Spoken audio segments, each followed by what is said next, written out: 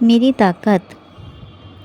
Japan के एक छोटे से कस्बे में रहने वाले 10 वर्षीय ओकायो को जूडो सीखने का बहुत शौक था। पर बचपन में हुई एक दुर्घटना में बायां हाथ कट जाने के कारण उसके माता पिता उसे जूडो सिखाने की आज्ञा नहीं देते थे। पर अब वो बड़ा हो रहा था और उसकी जिद भी बढ़ती जा रही थी। अंततः माता पिता को झुकना ही पड़ा और ओकायो को नज़दीकी शहर के एक मशहूर आर्ट्स गुरु के यहाँ दाखिला दिलाने ले गए। गुरु ने जब उस ओकायो को देखा तो उन्हें अचरज हुआ कि बिना बाएं हाथ का यह लड़का भला जूडो क्यों सीखना चाहता है। उन्होंने पूछा, तुम्हारा तो बायां हाथ ही नहीं है, तो भला तुम और लड़कों का मुकाबला कैसे करोगे? ये बताना तो आपका काम है। ओकायो ने कहा, मैं तो बस इतना जानता हूँ कि मुझे सभी को हराना है और एक दिन खुद सेंसेई मास्टर बनना है। गुरु उसकी सीखने की दृढ़ इच्छा शक्ति से काफ़ी प्रभावित हुए और बोले, ठीक है, मैं तुम्हें सिखाऊंगा, लेकिन एक शर्त है, तुम मेरे हर एक निर्देश का पालन करोगे और उसमें दृढ़ विश्वास रखोगे। ओकायो ने सहमति में गुरु के समक्ष अपना सर झुका दिया। गुरु ने एक साथ लगभग 50 छात्रों को जूडो सिखाना शुरू किया।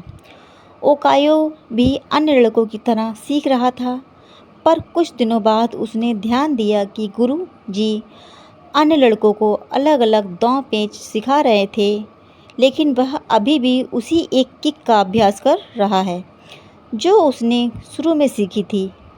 उससे रहा नहीं गया और उसने गुरु से पूछा, गुरु जी, आप अन्य लड़कों को नई नई चीज़ें सिखा रहे हैं, पर मैं अभी भी बस वही एक किक मारने का अभ्यास कर रहा हूँ।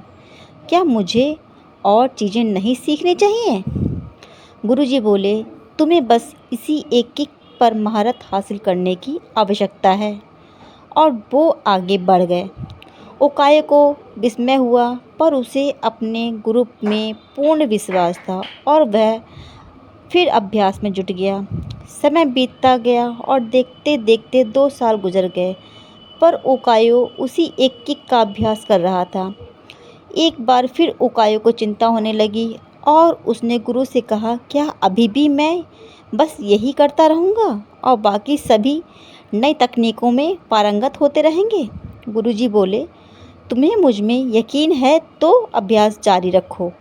ओकायो ने गुरु की आज्ञा का पालन करते हुए बिना कोई प्रश्न पूछे अगले 6 साल तक उसी एक किक का अभ्यास जारी रखा।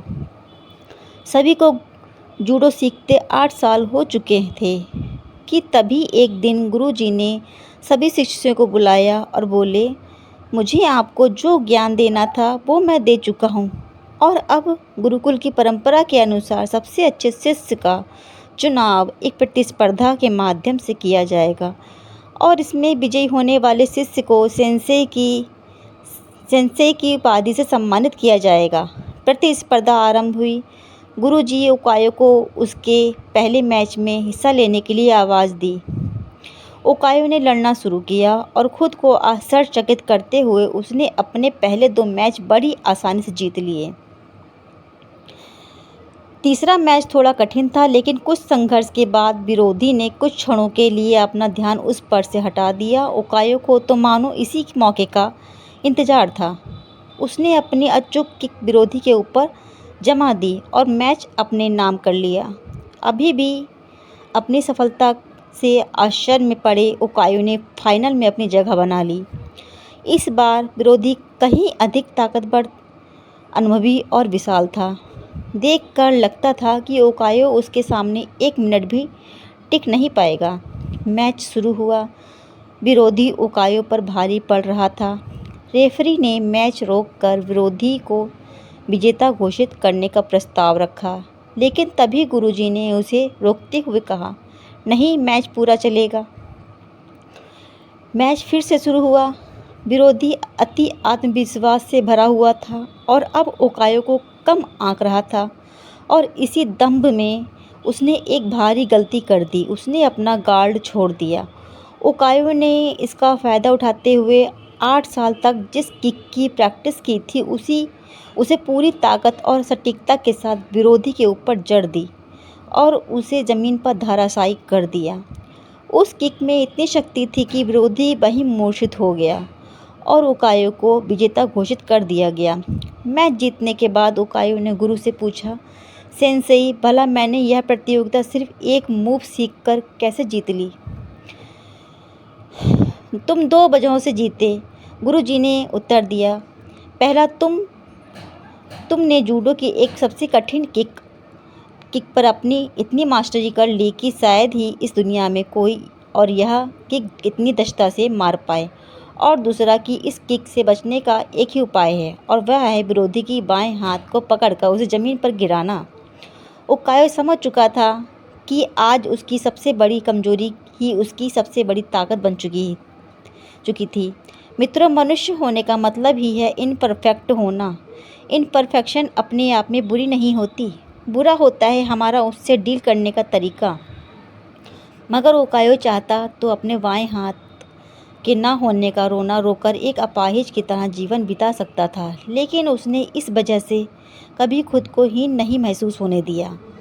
उसमें अपने सपने को साकार करने की दृढ़ इच्छा शक्ति थी और यकीन जानिए, जिसके अंदर यह इच्छा शक्ति होती है, भगवान उसकी मदद के लिए कोई ना कोई गुरु भेज देता है। ऐसा गुरु जो उसकी सबसे बड़ी कमजोरी को ही उसकी सबसे बड़ी ताकत बना देता है, सपने साकार कर सकता है। अतः आपको मेरी स्टोरी अच्छी लगी हो तो प्लीज़ लाइक और सब्सक्राइब ज़रूर करिए, साथ में शेयर भी करिए। Thank you.